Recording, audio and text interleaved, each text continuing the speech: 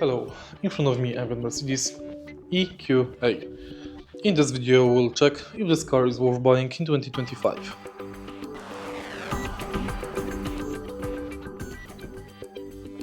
Mercedes EQA is compact premium EV that works well as comfortable, tech-heavy daily driver. It is quiet, nippy and well equipped, but less practical and less efficient than some rivals. Mercedes EQA is worth considering if you value luxurious interior, refinement and badge more than outright space or sportiness.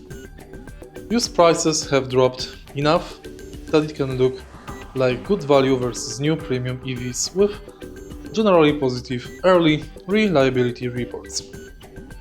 If you find this video helpful, please leave a like, comment and subscribe.